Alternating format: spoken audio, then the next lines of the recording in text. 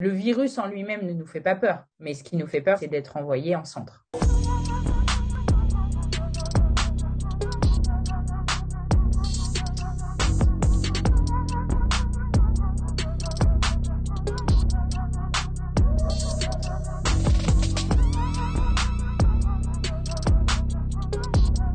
On a eu un cas dans un bâtiment qui n'est pas le nôtre et qui est le bâtiment d'à côté.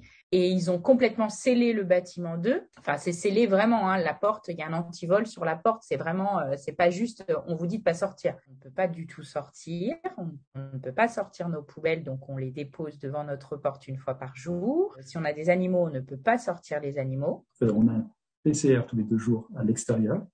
C'est le seul moment où on a le droit de sortir, mais juste en bas de l'immeuble. Et on a un test antigénique tous les jours.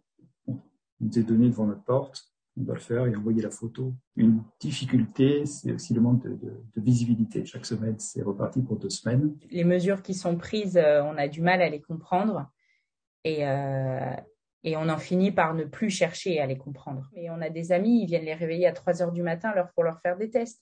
Pourquoi? Pourquoi à 3 heures du matin? On a eu le test PCR à minuit.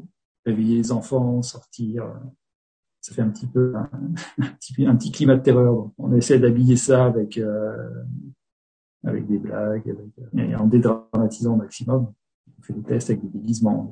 C'est l'angoisse permanente quand on fait des tests. Si on est positif, là, c'est la cata. Le virus en lui-même ne nous fait pas peur, mais ce qui nous fait peur, c'est d'être envoyé en centre. Ce sont des hangars avec des lits en bois, des lits de camp, des zones de stockage des personnes Covid. Donc nous, la fille a 6-7 ans, on l'imagine pas toute seule dans un centre. Ça fait peur. On a eu le cas dans notre communauté qu'une famille a failli être séparée. On sait que le consulat intervient, notre consulat français intervient et met tout en œuvre pour que les enfants ne soient pas séparés. Donc ça, c'est un soulagement pour nous.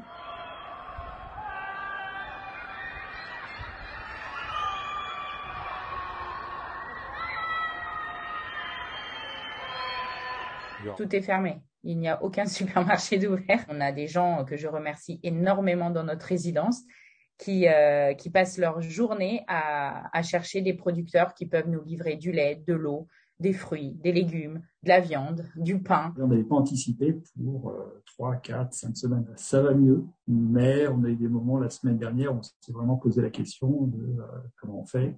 On n'a plus grand-chose à manger. On n'est pas vraiment arrivé au rationnement. On le fait un petit peu, peut-être moi et mon épouse, sans s'en apercevoir. On dit non, mais c'est bon, j'ai pas trop faim. On va donner plus à la petite. Certains quartiers ont pu avoir de la nourriture de par le gouvernement. On a reçu des gâteaux et des espèces de chips chinois. Ça ne nourrit pas du tout une famille.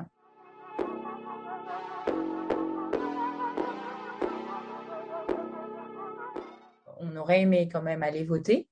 Après, si on avait eu le droit, je ne sais pas si personnellement on aurait pris le risque. Mais il est vrai que ça a été pesant quand même de se dire que on est privé d'un droit, quoi.